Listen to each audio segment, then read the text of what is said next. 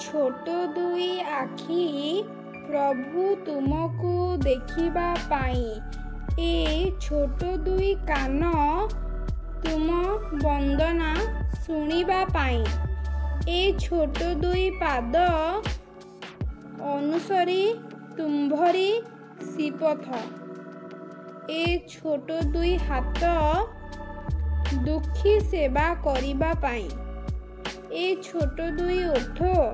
ସତ୍ୟ ବଚନ କହିବା ପାଇଁ ଏବଂ କ୍ଷୁଦ୍ର ଏ ହୃଦୟ ସଦା ନିର୍ମଳ ରଖିବା ପାଇଁ ଏବଂ ତୁମ ନାମ ସାଇତିବା ପାଇଁ।